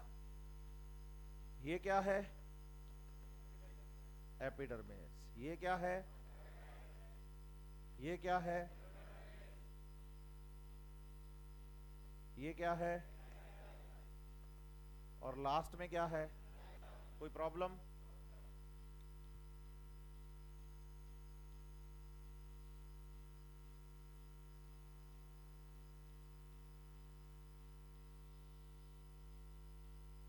यहां जो मैं सेल बना रहा हूं ना अब नहीं, यस और नो, तो उसकी एक चीज का ख्याल रख रहा हूं, पूछो क्या? इंटरसेलुलर स्पेस बना रहा हूं, क्योंकि कॉर्टेक्स वाले रीजन में क्या प्रेजेंट होते हैं? तो आप बताइए, ये इसकी एक सेल वॉल है दूसरी सेल की, हाँ या ना? और ये बीच में जो स्पेस दिख रहा है ना ये वाला, ये बोलो एक इंटर सेलुलर स्पेस है, क्योंकि कॉर्टेक्स रीजन में इंटरसेलुलर स्पेस भी होते हैं, ताकि आपके दिमाग में थोड़ा सा सही बने डायग्राम, गड़बड़ ना हो। सही है? इन चारों डायग्राम्स में कोई प्रॉब्लम आपको? क्या एपिडर्मिस समझ आया? Cortex, endodermis, pericycle. एंडोडर्मिस की स्पेशलिटी है कि एंडोडर्मिस की सेल्स की सेल वॉल में बोलो सुबेरीन होता है। क्या होता है? ये जो रेड कलर में बना रहा हूं ना, इसको क्या बता रहा हूं मैं? ये जो रेड कलर में बना रहा हूं इसको क्या बता रहा हूं? और सुबेरीन सेल वॉल की परमेबिलिटी को बढ़ाता है। अरे वाह, शाबाश, याद हो गया ना तुम्हें कि सुबेरीन जो होता है वो परमेबिलिटी को क्या करता है? क्या करता है? तो बोलो, ये रेड कलर में दिखा रहे हो ना, ये सुबेरीन है। कोई प्रॉब्लम? यहां पर भी सुबेरीन तो होगा लेकिन कम होगा। कैसे कम होगा ये भी मैं आपको समझाता हूं, सारी बातें क्यों होगा ये भी बताऊंगा अभी।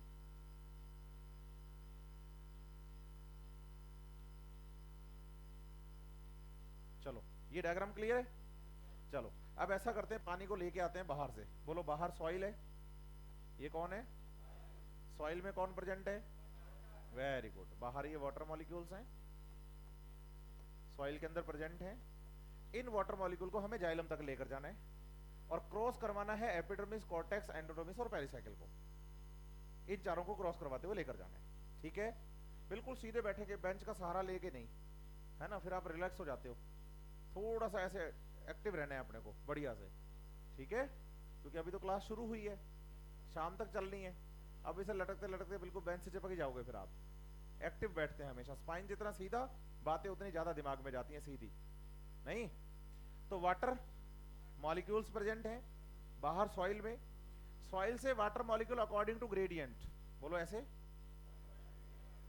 सेल वॉल से या फिर बोलो इंटरसेलुलर स्पेस से पानी जा रहा है। कहां से जा रहा है?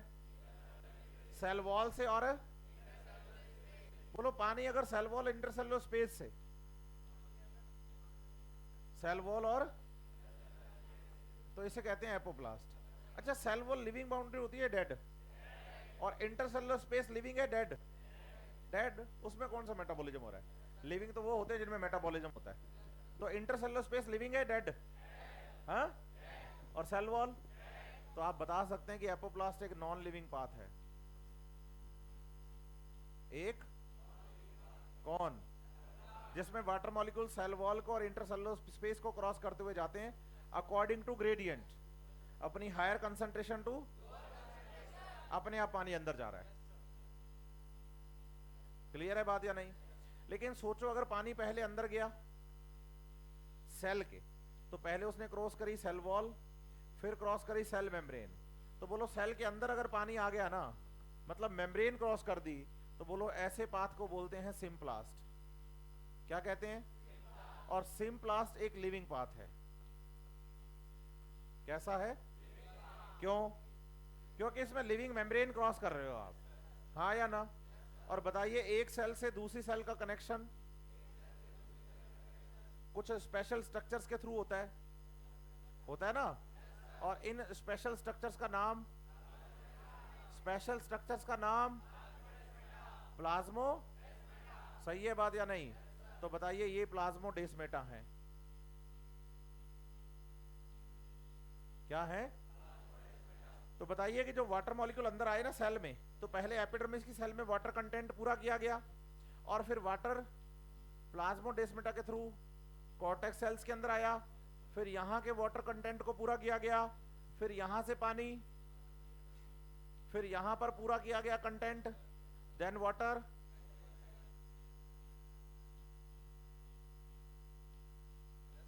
सही है।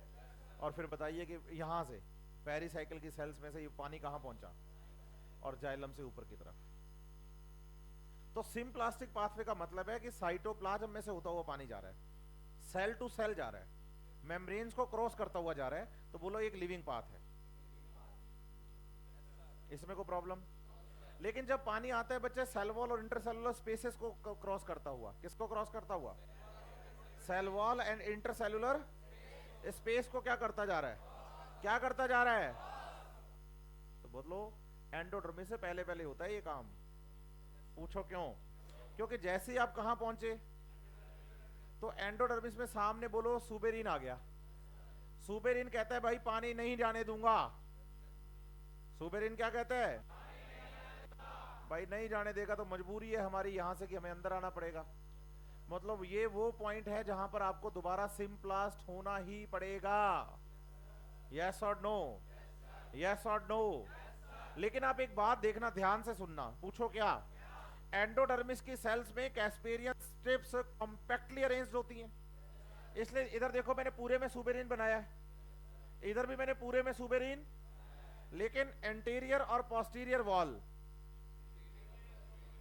एंटीरियर और सुबेरिन स्ट्रिप मैंने थोड़ी लूज रखी है। पूछो क्यों, ताकि उनको क्रॉस करके पानी कम से कम सेल के अंदर तो आ सके। अगर यहां पर भी अरेंजमेंट कैसा होता, कैसा होता, तो बोलो पानी सेल में भी नहीं आता। बताइए जाइलम के ठीक सामने की जो सेल्स होती हैं, इन दो सेल्स पे देखो ध्यान से आप, मैंने रेड लाइन नहीं बनाई एंटीरियर और पोस्टीरियर वॉल में, बाकी हर जगह बनाई। पूछो क्यों, क्योंकि ये वो सेल्स हैं बोलो जिनके थ्रू पानी जाइलम तक पहुंचेगा, और इन सेल्स को बोलो ऐसे पैसेज सेल्स कहते हैं। क्या कहते हैं, और ये हमें टॉपिक एनाटॉमी में पढ़ने को मिलेगा कि पैसेज सेल्स होती हैं रूट के अंदर। तो बताइए पैसेज सेल्स होती हैं जाइलम के ठीक सामने एंडोडर्मिस की सेल्स, जिनके अंदर पोस्टीरियर और इंटीरियर वॉल के अंदर सुबेरिन स्ट्रिप्स होती हैं, लेकिन बहुत कम अमाउंट में होती है, बोलो लूजली अरेंज्ड होती हैं। वैसे एंडोडर्मिस में सुबेरिन स्ट्रिप्स कैसी हैं, कॉम्पैक्टली अरेंज्ड है, कॉम्पैक्टली अरेंज्ड, तो सेल वॉल की परमेबिलिटी क्या हो गई, काफी रिड्यूस हो गई। लेकिन जो जाइलम के ठीक सामने सेल्स होती हैं उनमें सुबेरिन स्ट्रिप्स लूजली अरेंज होती है, जिससे पानी कम से कम अंदर तो आ सके। और बोलो अंदर आ गया तो कौन सा फ्लो हो गया, कौन सा हो गया, फिर बताओ एक बार पानी अंदर आ गया तो बाहर जाएगा क्यों, तो बोलो फिर एंडोडर्मिस से पेरिसाइकिल में भी, यस सर नहीं, सिम्प्लास्ट, और फिर सिम्प्लास्ट के बाद पानी किस में आएगा, जाइलम में, और जाइलम से पानी कहां जाएगा, है ना। तो मुझे बताइए कि जो एपिडर्मिस की सेल्स होती हैं इसमें पानी एपोप्लास्ट से जाता है या सिम्प्लास्ट से, अच्छा एपिडर्मिस में एपोप्लास्ट भी हो सकता है और सिम्प्लास्ट भी हो सकता है, एम आई राइट, कोई प्रॉब्लम, बढ़ूं आगे। अच्छा कॉर्टेक्स सेल में सिम्प्लास्ट होता है एपोप्लास्ट या दोनों हैं, तो बोलो यहां एपो और सिम्प्लास्ट दोनों हो सकते हैं। एंडोडर्मिस में ओनली सिम्प्लास्ट, पेरिसाइकिल में भी यस और नो, और अगर कोई जाइलम में पूछे ना तो प्योरली एपोप्लास्ट बताना। पूछो क्यों, पूछो क्यों, क्योंकि जाइलम की होती हैं वेसल्स और ट्रैकिड्स, बोलो ऐसे, बोथ आर डेड, और बोलो जब किसी डेड स्ट्रक्चर को वाटर क्रॉस करता है तो फिर लिविंग नहीं होता, लिविंग पाथ कैसे होगा, डेड पाथ होगा। तो बोलो जाइलम में पानी का ऊपर जाना एपोप्लास्ट या सिम्प्लास्ट, एपिडर्मिस में बोथ, दोनों, दोनों या बोथ, हाँ तो बोथ दोनों क्या होता है, कॉर्टेक्स में हाँ वही बोथ दोनों और एंडोडर्मिस में, और ओनली सिम्प्लास्ट करने का फायदा, बोलो मेम्ब्रेन क्रॉस करोगे आप और सेल के अंदर आओगे। बच्चे का फिर अगला क्वेश्चन मेरे से काउंटर पे क्या होता है, सर इसका कोई फायदा है क्या, यहां पर भी एपोप्लास्ट हो जाता तो क्या था, सिम्प्लास्ट क्यों किया गया, क्या इसका कोई हमें फायदा है क्या, बोलो यस, फायदा नहीं होता तो ऐसा होता ही नहीं। बोलो फायदा नहीं होता। पूछो क्या फायदा है, मैं क्लियर करता हूं आपको। देखो सुनिएगा ध्यान से। आप बताइए, सॉइल के अंदर वाटर नहीं होता, वाटर के साथ मिनरल्स भी होते हैं। क्या होते हैं? मिनरल्स और सॉल्ट्स भी प्रेजेंट हैं। कहां पर? तो सॉइल में सिर्फ वाटर है या पूरा सॉल्यूशन है? आप बताइए, मिनरल्स का एब्जॉर्प्शन, बोलिए ऐसे, वाटर से इंडिपेंडेंट है। मेनली आपको याद करना कि वाटर का एब्जॉर्प्शन का तरीका अलग और मिनरल के एब्जॉर्प्शन का तरीका। तो बोलो प्लांट बॉडी में एब्जॉर्ब होने का तरीका अलग है, लेकिन ट्रांसपोर्ट दोनों साथ में होते हैं। पूछो क्यों? मैंने बताया था ना कि long distance transport always achieve by liquid medium and this medium naturally provided by water. नहीं समझ रहे आप मेरी बात? भाई यहां से दो स्टूडेंट्स को कोटा से जाना है दिल्ली बाय ट्रेन, तो बोलो स्टेशन तक पहुंचने का तरीका अलग अलग होता है। एक बंदा टैक्सी करवा के जाए, हाँ या ना, और दूसरा लोकल ट्रांसपोर्ट से। तो बोलो स्टेशन तक, ट्रेन के डब्बे तक पहुंचने का तरीका अलग हो सकता है। वहां से दिल्ली के लिए ट्रेन दोनों की सेम है, वही यहां से है बच्चे। वाटर का और मिनरल्स का एब्जॉर्प्शन का तरीका प्लांट में, लेकिन प्लांट बॉडी में ट्रांसपोर्ट दोनों का साथ साथ होगा। तो इसका मतलब मिनरल जो है वो पानी के साथ ट्रांसपोर्ट करते हैं बॉडी में। अब बाहर से एक्स्ट्रा मिनरल और अनवांटेड मिनरल्स अंदर ना आ जाएं, जिनकी जरूरत नहीं है, जो बीमारी पैदा करते हैं। इनको कंट्रोल कैसे किया जा सकता है? बोलो मेम्ब्रेन के ट्रांस मेम्ब्रेन प्रोटीन से, क्योंकि जिन ट्रांसपोर्ट्स में प्रोटीन्स काम करती हैं उनका रेगुलेशन होता है, हाँ या ना। अगर आप एपोप्लास्टिक पाथ से चले तो पानी के साथ मिनरल भी चला जाएगा, लेकिन एंडोडर्मिस में प्योरली क्या हो गया? यहां से क्रॉस करोगे किसको? मेम्ब्रेन को, और मेम्ब्रेन में ट्रांस मेम्ब्रेन प्रोटीन्स होंगे, हाँ या ना। मिनरल आयन होते हैं, बोलो आयन पर चार्ज होता है, प्लस या माइनस, तो बोलो पोलर। वाटर ऑलरेडी पोलराइज्ड है, तो वाटर को और मिनरल को मेम्ब्रेन क्रॉस करने में किसकी हेल्प लगेगी? ट्रांस मेम्ब्रेन प्रोटीन की, because membranes are non polar and ions are polar. तो पोलर आयन मेम्ब्रेन को विदाउट प्रोटीन क्रॉस। तो बताइए ये एंडोडर्मिस के जो सेल्स है ना, ये कंट्रोल पॉइंट का काम करती हैं, ये रेगुलेट करती हैं, ये कंट्रोल करती हैं कि वाटर के साथ आया हुआ मिनरल, वाटर के साथ आया हुआ सॉल्ट कितना, कौन सा, कितनी अमाउंट में, और कौन से टाइप का मिनरल जाइलम तक पहुंचेगा और एरियल पार्ट्स में जाएगा। वरना प्लांट तो सब कुछ ही खींच लेता। समझ रहे हैं मेरी बात या नहीं? यस और नो? यस और नो? अच्छे से। तो बताइए कि endodermal cells are control points where any plant adjust the quantity and the type of the mineral salt or the solutes which transport in the xylem, जो कि जाइलम में ट्रांसपोर्ट होंगे, उनकी क्वांटिटी, उनका टाइप एडजस्ट करने का काम करता है सिम्प्लास्ट, वो भी एंडोडर्मिस में, क्योंकि मेम्ब्रेन प्रेजेंट है। सोचो अगर बच्चे मेम्ब्रेन वाला होता है, प्योरली एपोप्लास्ट होता तो सब कुछ जाता, बोलो जाइलम से। कितने लोगों के ऊपर से गई ये बात? क्या बात है यार, डाउट ना होने के सिर्फ दो ही कारण है, हाँ है ना। चलो हाँ बेटा, क्या बताऊं, बता। नहीं, जाइलम में सिलेक्टिवली नहीं, जाइलम से क्या जाएगा ये सिलेक्ट एंडोडर्मिस करती है। जाइलम से क्या जाएगा? जाइलम तो डेड है, वो क्या सिलेक्ट करेगा? चले भाई आगे, पक्का। अब बोलो सर एपोप्लास्ट और सिम्प्लास्ट से, हाँ बेटा जोर से, मैं आ रहा हूं उस पर भी। सुबेरिन को ही कैस्पेरियन स्ट्रिप कहते हैं, कैस्पेरियन नाम के साइंटिस्ट ने बताया था। तो suberin strips are also known as Casparian strips. चलो ये भी अच्छी बात है, मतलब मेरे बोलने से पहले ही सब काम कर देते हो आप लोग। अभी मैं वापस इस डायग्राम पे आऊंगा बच्चे, मुझे एक दो बातें और बतानी है आपको। तो मैं यहाँ कैस्पेरियन स्ट्रिप लिख के जाता, सुबेरिन स्ट्रिप लिखी ना मैंने, तो यहाँ पे कैस्पेरियन स्ट्रिप पे लिख के जाता, लेकिन अब पहले ही पूछ रहे हो तो अभी बता देता हूँ, कोई नहीं। Suberin strips are also known as Casparian strip. अच्छी बात भी है ना, बच्चा पकड़ने लग गया बातें, यही तो सबसे इंपॉर्टेंट है। और प्लांट फिजियोलॉजी में अगर ऐसा हो जाए तो कहना ही क्या। नहीं समझ रहे आप मेरी बात। चले भी आगे। यहां तो कोई प्रॉब्लम, कोई ऐसी बात जो लगेगी ऊपर से गई, पक्का ना। तो ऐसे समझे कि वाटर मॉलिक्यूल्स जब ट्रांसपोर्ट करते हैं तो साथ में मिनरल भी ट्रांसपोर्ट करते हैं। और कंट्रोल पॉइंट कौन है, और फिर उसके बाद कहां पहुंचेंगे, और जाइलम से एरियल पार्ट्स में। सही है। देखो एक बात का ध्यान दो, पूछो क्या, बोलो एपोप्लास्ट फास्टर देन सिम्प्लास्ट। पूछो क्यों। अरे एपोप्लास्ट बाईपास होता है, बल्क में आता है इंटरसेलुलर स्पेसेस से। यहां आपको सेल के अंदर से जाना है। सोचो अगर मैं आपको कहूं कि भाई एक बहुत बड़ी सिटी है और उसको क्रॉस करके आपको दूसरी साइड में आना है, तो बताओ सिटी के अंदर से जाओगे या बाईपास से। हाँ तो वही तो बात है, अंदर से जाओगे तो बोलो बहुत टाइम लगेगा, बहुत सारा रश होता है, बहुत सारी रेड लाइट्स होती हैं। तो ऐसे बताओ अगर पानी सेल टू सेल जाएगा थोड़ा लेट जाएगा, बाईपास जाएगा थोड़ा फास्ट और बल्क में जाएगा। सही है। दूसरी बात समझो, वाटर का एब्जॉर्प्शन सरफेस एरिया इंक्रीज करता है कौन, रूट का। वाटर के लिए absorption area, absorption surface increase करता है कौन, बोलो। कुछ प्लांट्स हमें ऐसे भी मिले हैं जिनमें रूट हेयर होते ही नहीं, जिनमें रूट हेयर होते ही नहीं। फिर बोलो वो क्या करते हैं, बोलो फिर वो माइकोराइजा बनाते हैं, पाइनस, है ना। बोलो पाइनस की रूट्स में रूट हेयर नहीं होते। फिर वो क्या करते हैं, फंगस को कहते हैं कि भाई तू रूट हेयर वाला काम कर। फंगस कहता है हाँ मैं तैयार हूं, लेकिन खाना देना पड़ेगा। क्यों, क्योंकि फंगस हेट्रोट्रॉफ है।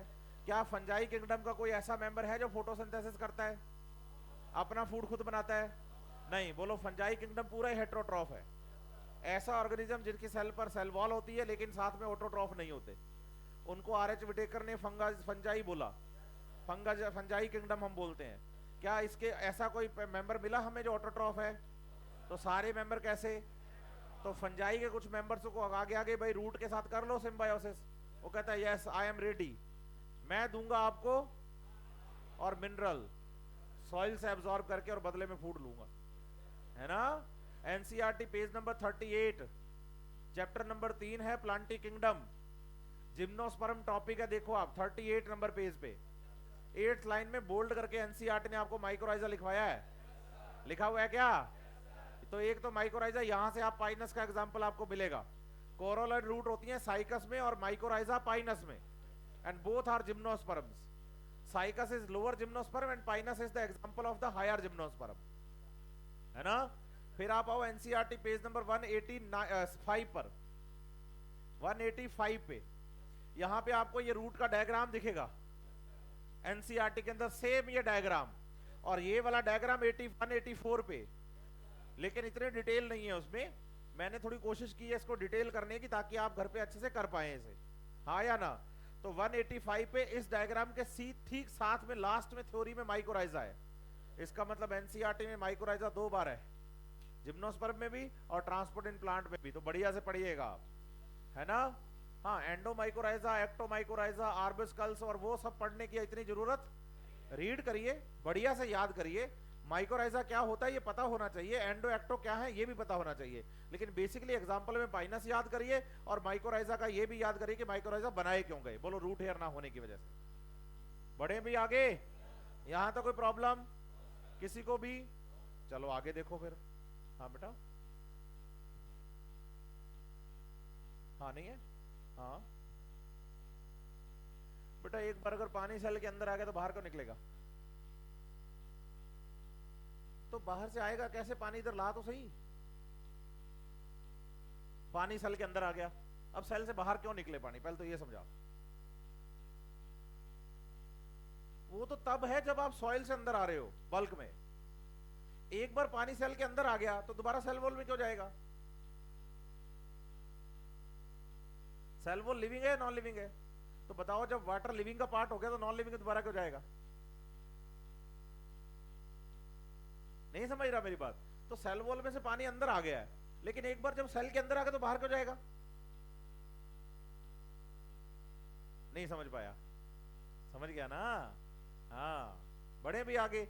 अभी क्या बेटा तूने एनाटॉमी पढ़ी नहीं है, तेरे को पता चलेगा पेरिसाइकिल की जो सेल्स होती है ना उनमें भी पैरेन्काइमा और स्क्लेरेन्काइमा के पैचेस होते हैं अल्टरनेटिव, है ना। तो बढ़िया से आएगा वो भी समझ में, लेकिन उसके लिए थोड़ा क्या करना पड़ेगा अभी। हाँ जी साइटोप्लाज्मिक स्ट्रीमिंग तो इसके अलावा भी हो जाएगी। अगर यहां से पानी आया साइटोप्लाज्मिक स्ट्रीमिंग होगी, चल ठीक है, मेरे को समझ आ गई ये बात। लेकिन क्या साइटोप्लाज्मिक स्ट्रीमिंग सिर्फ तभी होगी जब पानी अंदर आएगा?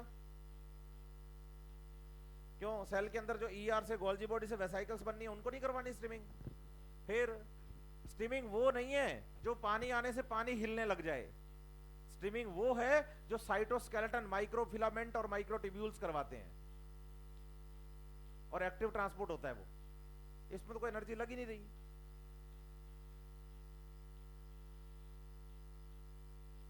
किसमें? पहले तो ये बता कि एपोप्लास्ट में साइटोप्लाज्मिक स्ट्रीमिंग आई कैसे? एपोप्लास्ट तो एक नॉन लिविंग पाथ है। कैसा है? तो उसमें साइटोप्लाज्म आया कहां से? पहले तो ये समझाओ मुझे आप।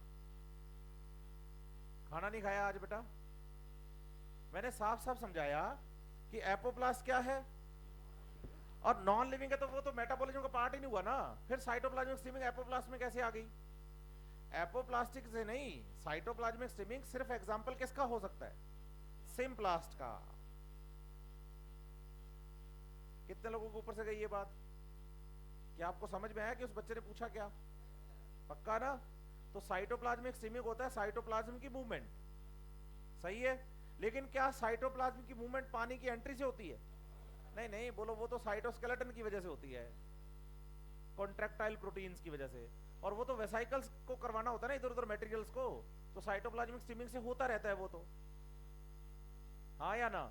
लेकिन क्या पानी एंटर होने से वाटर मूव करेगा? बोलो हाँ। क्या वो साइटोप्लाज्मिक स्ट्रीमिंग है? बोलो नहीं नहीं, वो साइटोप्लाज्म की मूवमेंट है, लेकिन स्ट्रीमिंग तो एक्टिव प्रोसेस है और इसमें तो एनर्जी खर्च नहीं हो रही। बढ़े भाई आगे? कोई प्रॉब्लम? अच्छे से सुनिए। अब बताइए पानी ऊपर कैसे चढ़ता है? अगला टॉपिक मुझसे पूछो।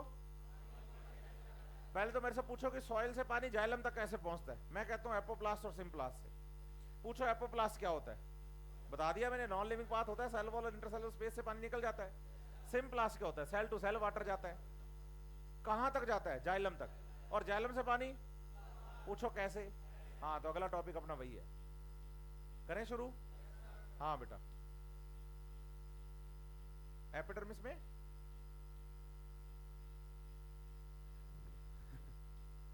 खड़ा हो बेटा, खड़ा हो। क्या हालचाल है? बढ़िया है। ये कौन सी सेल है? ये कौन सी सेल है?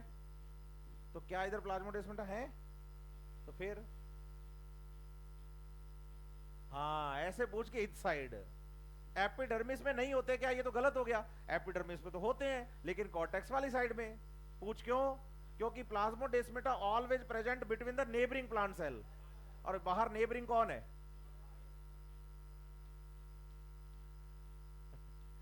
चलो चलो, कोई नहीं, अच्छी बात है बच्चे। देखो, डाउट्स आना भी ये गलत बात नहीं होती, लेकिन डाउट रह जाना गलत बात है।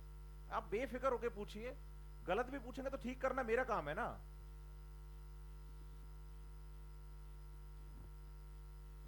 ऊपर तक पूरा मास फ्लो है।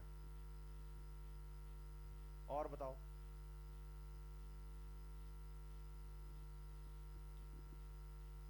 नहीं नहीं, सिम्प्लास्टिक मूवमेंट जब हो रही है तो हम कह रहे हैं कि पानी सेल टू सेल जा रहा है। ये पूरा फ्लो सिम्प्लास्ट है। इसमें इंक्लूड कौन हो गया? मेम्ब्रेन और साइटोप्लाज्म दोनों। सही है बात या नहीं? अब साइटोप्लाज्म में साइटोप्लाज्मिक स्ट्रीमिंग चल रही थी, बाहर से वाटर मॉलिक्यूल ऐड हो गए साइटोप्लाज्म में, क्या वो भी उस स्ट्रीमिंग का पार्ट हो गए? बस। तो बोलो साइटोप्लाज्मिक स्ट्रीमिंग भी ऐड हो गई। किसमें? सिम्प्लास्ट में। तो सिम्प्लास्ट एक पूरा पाथ है और साइटोप्लाज्मिक स्ट्रीमिंग एक सेल के साइटोप्लाज्म का फीचर है। तो मैं कह रहा हूं जब ये पाथ फॉलो होता है, पानी इस सेल में से जब निकलता है, तो उसमें हेल्प स्ट्रीमिंग भी करती है। समझ रहे हैं बात या नहीं? तो आप कह सकते हैं कि साइटोप्लाज्मिक स्ट्रीमिंग जो है बच्चे, वो भी सिम्प्लास्ट में क्या कर रही है? हेल्प कर रही है। क्योंकि मैं सेल लूं, सुनना ध्यान से बात, मेरे अंदर पानी घूम रहा है, मतलब मेरा साइटोप्लाज्म क्या कर रहा है? हिल डुल रहा है। वो मेरे वाटर मॉलिक्यूल है ना। बाहर से मुझ में और वाटर मॉलिक्यूल ऐड करवाओ, वो भी हिलने लग गए, और जो एक्स्ट्रा होंगे वो हिलते हुलते कहां चले जाएंगे? नेक्स्ट सेल के अंदर। तो बताओ क्या सिम्प्लास्ट में साइटोप्लाज्मिक स्ट्रीमिंग हेल्प कर रही है? बस इन्वॉल्व है। है। पाथ तो ये है जो पानी जाइलम तक जा रहा है। क्या उस पाथ में सेल्स की साइटोप्लाज्मिक स्ट्रीमिंग भी हेल्प कर रही है? बस। और कोई?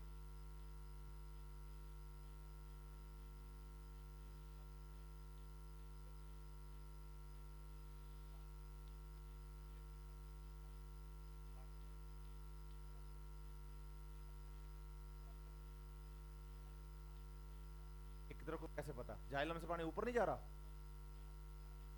तो पानी अगर ऊपर जा रहा है तो लगातार वाटर का फ्लो बना हुआ है ना, कमी तो आ ही रही है ना सेल्स के अंदर।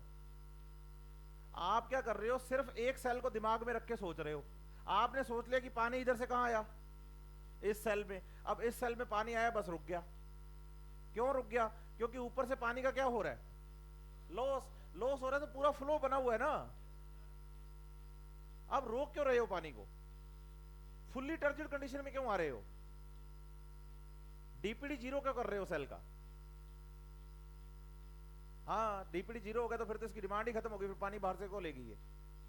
और पानी ऊपर लगातार क्या हो रहा है, तभी तो पानी एब्जॉर्ब हो रहा है। आप क्या कर रहे हो, ऊपर से लॉस नहीं कर रहे हो पानी का। हाँ, अब हो रहा है तो ऊपर से लॉस हो रहा है, तो लॉस से पानी जितना लॉस होगा उतना अंदर भी तो आएगा। तो एक फ्लो बना हुआ है ना पानी का। डिमांड एंड सप्लाई, अच्छा वर्ड दिया इसने। चलूं भाई आगे? हाँ भाई, मैंने कौन सा बनाया है, तो बस दोनों कैसे होगा?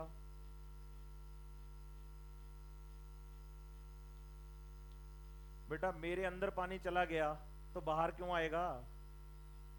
मैं कह रहा हूं यहां से पानी आगे जा ही नहीं रहा, सेल में से क्यों बाहर निकाल रहा है पानी? फिर वही बात, मैं कह रहा हूं पानी जब सेल के अंदर ही आ गया साइटोप्लाज्म में, तो बाहर क्यों जाएगा? मैं पानी को इधर क्यों भेजूं, मुझे तो इधर भेजना है। आप क्या कर रहे हो, यहीं से ऊपर भेज के कह रहे हो कि एपोप्लास्ट करवा दो।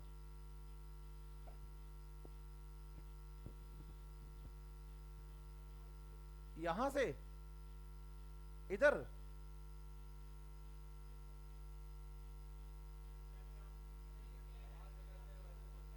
बेटा वो क्या है, मैं हाथ से डायग्राम बना रहा हूं। किससे बना रहा हूं? तो ये डायग्राम कंप्यूटराइज होगा तो 3D पे तेरे को समझ में आएगा कि ये वाला जो वॉल है ना, ये वाला पूरा वॉल ये इम्परमिएबल है। इसमें सिर्फ प्लाज्मोडेस मेटल कनेक्शन है जो पानी को आगे जाने दे रहे हैं। जब पानी एक बार अंदर ही आ गया तो बाहर जाएगा कैसे, मुझे समझ नहीं आ रही ये बात। ये वाला हिस्सा बाहर का है, ये वाला हिस्सा अंदर का है। अब बात इतनी हुई है कि भाई टॉपिक आ चुका है, मुझे समझ, तुम्हें बताता हूं मैं सही बात। अब ये लग रहा है कि मेरे दिमाग में मेरा टॉपिक इतने सालों से जो मुझे समझ नहीं आ रहा वो समझ क्यों आ गया। एग्जैक्ट प्रॉब्लम ये है। अब आप उलझे हुए नहीं हैं, अब आप उलझना चाहते हैं। सिंपल सी बात ये है बच्चे, नहीं समझ रहे आप बात? क्या आपको एपोप्लास्ट नहीं समझ में आया? क्या आपको सिम्प्लास्ट समझ में नहीं आया? सिम्प्लास्ट में साइटोप्लाज्मिक स्ट्रीमिंग कैसे हेल्प करती है? मेरा अगला टॉपिक है जाइलम से पानी ऊपर कैसे जाएगा, वो मैं क्लियर करता हूं। लेकिन आप ये सोचो कि पानी ऊपर जा रहा है इसीलिए ये फ्लो बना हुआ है। अगर वहां से पानी जाना क्या कर दे तो ये फ्लो भी क्यों बनेगा फिर? क्योंकि डिमांड ही नहीं होगा। समझ रहे हैं बात या नहीं? तो सिंपल बात को जानबूझ के कॉम्प्लिकेट करने में लगे हुए हैं आप लोग, जो कि आज तक फिजियोलॉजी के बारे में सोच रखा है लोगों ने, और सोच लिया है कि भाई फिजियोलॉजी है ना तो ये समझ नहीं आ सकती। नहीं समझ रहे आप मेरी बात? तो उसको लग रहा है कि फिजियोलॉजी इतनी आसान कैसे हो सकती है भाई, इसलिए वो इतना कंफ्यूज है। चलें भाई आगे। जब सेल वॉल, देखो सेल वॉल लिविंग है या डेड, पहले तो ये क्लियर करो। और सेल मेम्ब्रेन और साइटोप्लाज्म, सोचो अगर पानी सेल के साइटोप्लाज्म में आ गया तो वो सेल वॉल से मूव क्यों करेगा? वो कहता है मैं सेल के लिविंग सिस्टम का पार्ट हूं भाई, अब मेरे को डेड में क्यों जाना है? मैं तो मेटाबॉलिज्म में इन्वॉल्व हो गया ना। तो आप एक बार पानी सेल के साइटोप्लाज्म में ले आए तो दोबारा उसको डेड पाथ में क्यों लेके जा रहे हो? स्टार्टिंग में तो उसकी मजबूरी थी कि भाई उसको बाहर से आना था तो वो इंटरसेलुलर स्पेस के थ्रू आ रहा था। लेकिन एक बार अगर सिम्प्लास्ट हो गया तो दोबारा उसको आप उसी सेल में एपोप्लास्ट क्यों करवा रहे हो? नहीं समझ रहे आप बात? सिंपल सी चीज है। बढ़ूं आगे? हाँ भाई, हाँ, अपनी इच्छाएं पूरी करो बढ़िया से।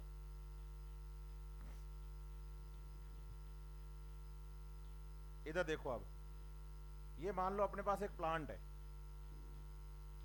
ठीक है, एक्सेस ऑफ प्लांट, इसमें एक पोर्शन रूट और एक पोर्शन शूट, सही है। अच्छे से बताइए, रूट पे रूट हेयर होते हैं, इसमें तो मुझे लग नहीं रहा कोई प्रॉब्लम होगी आपको, ये बताया ना मैंने अभी आपको। ये कौन है? Root hair. प्लांट के अंदर क्या है?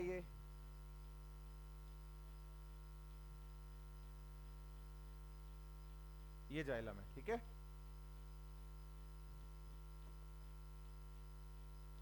जाइलम है। एरियल पार्ट में बोलो यहां लीफ प्रेजेंट है।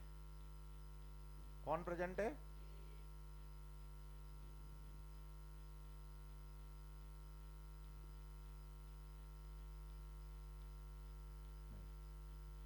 इतना भी सुंदर नहीं, ये लीफ है, ठीक है।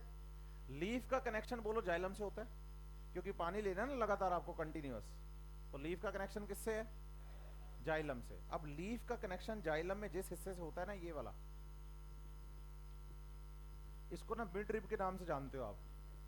वास्तव में है तो ये वेन, क्या है? वेन है। लेकिन आप बताइए, जाइलम का जो पोर्शन है बच्चे, स्टेम वाला, वो जुड़ा हुआ है किससे? लीफ के वेन से, लीफ के जाइलम से। क्लियर है? और लीफ के अंदर ऐसी बहुत सारी वेन्स होती हैं, बोलो। लेटरल वेन्स कहते हैं ना इनको आप।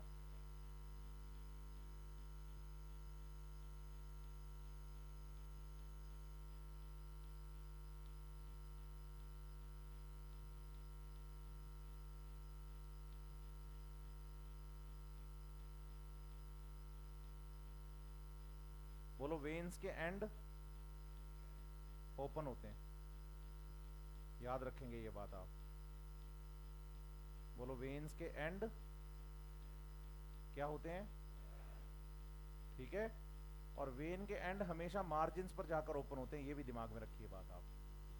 कहां पर? एक ना रफ पेज देना बेटा मेरे को, खाली फाड़ दो कॉपी में से या इधर उधर से कहीं दे दो, जो आपके काम का ना हो।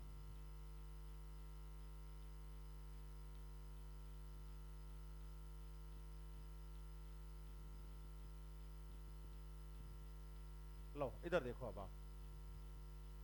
हाँ, अच्छा सा भेज दो यार, साफ सुथरा कोई।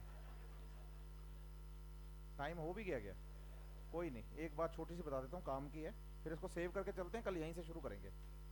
लेकिन आप पढ़ के आइएगा प्लीज, है ना।